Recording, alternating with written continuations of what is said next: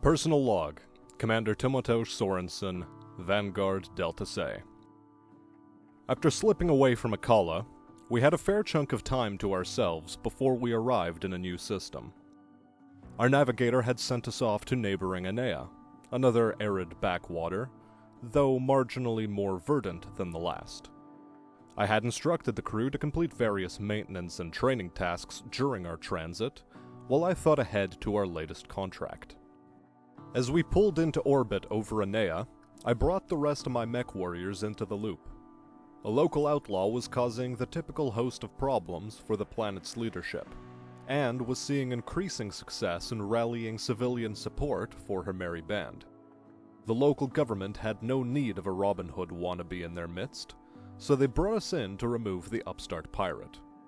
Intelligence reports hinted that their Robin Hood was likely to be equipped with a formidable medium mech, though reports could not conclude its type. Regardless, I spent a fair amount of time negotiating for better salvage rights, to which the local leadership eventually conceded. When assigning pilots for the mission, I chose to take along the same roster that had dropped with me on Akala. My remaining 3 pilots had a bit of a grumble, though I assured them their chance would come. Until then, I wanted them to spend some more time with the simulators. As before, Ninja was assigned to the Liquid, Music Box to the Dart, Condor to the Welder, and I in the Varus.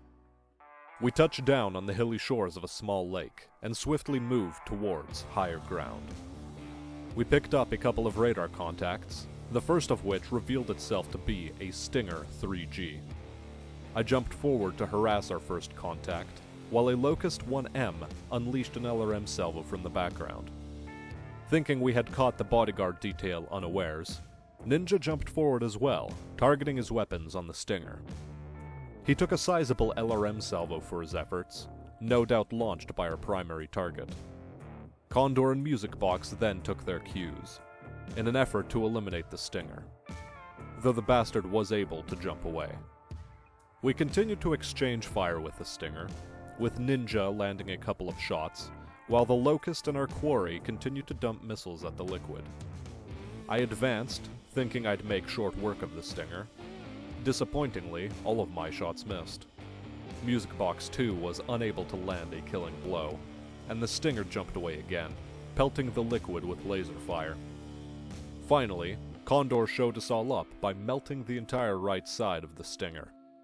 Not content to let her get away with it, the Locust moved into position to send some shots her way, though a meaty LRM salvo from Music Box exposed a great deal of its internals. Ninja took this opportunity to dispatch the prone Stinger, while Condor and I moved to assault the Locust. Without too much effort, we were able to pop open its center torso, and Condor chalked herself up a kill. With its Vanguard depleted, our outlaw made her way out of the woods to engage us directly. We were relieved to discover that our enemy's armor profile was rather lacking given her tonnage, though that feeling was swiftly abated by a steady stream of missiles flying towards the Welder. I jumped into position to trade fire with the Dervish, hoping to take some of the heat off Condor. Music Box joined in with her own LRM salvo as Ninja trailed behind. The Dervish took the bait and sent a salvo my way, one which I was largely able to evade.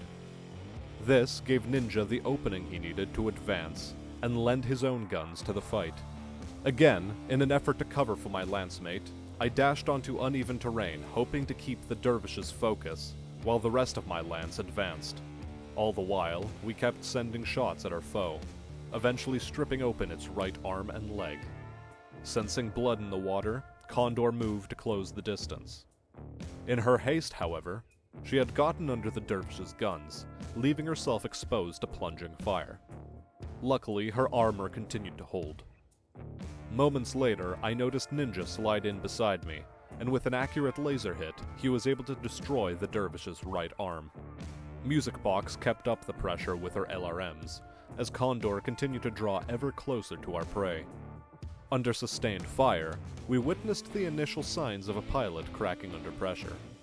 Having backed her into a corner, the Dervish pilot began to lash out wildly, unleashing a salvo that nearly destroyed the Dart's ablative right arm. At last, Condor was able to bring the welder's flames to bear, and our sensors picked up numerous internal explosions within the dervish's hull. Sadly, its ammo had not cooked off, and damage to systems seemed minor. Throughout all of this, Music Box chose to stand her ground, returning a focused LRM salvo which gave Ninja an opportunity to destroy the dervish's right torso.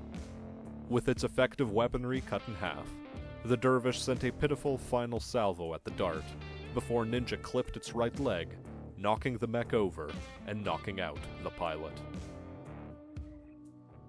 When all was said and done, our employers threw in a tidy bonus alongside our payment and salvage. A little show of thanks, they said, for having so thoroughly dealt with the bodyguard detail of our target. Would-be sympathizers, no doubt, would be deterred from acting on their revolutionary feelings, given our show of force today. Though it was not our intention to send so strong a message. It was out of our control, however, as the local government was already making bold claims about how all such future lawlessness will be handled with equal severity. Our haul was mediocre, as expected. We had done a rather nasty number on the enemy lance.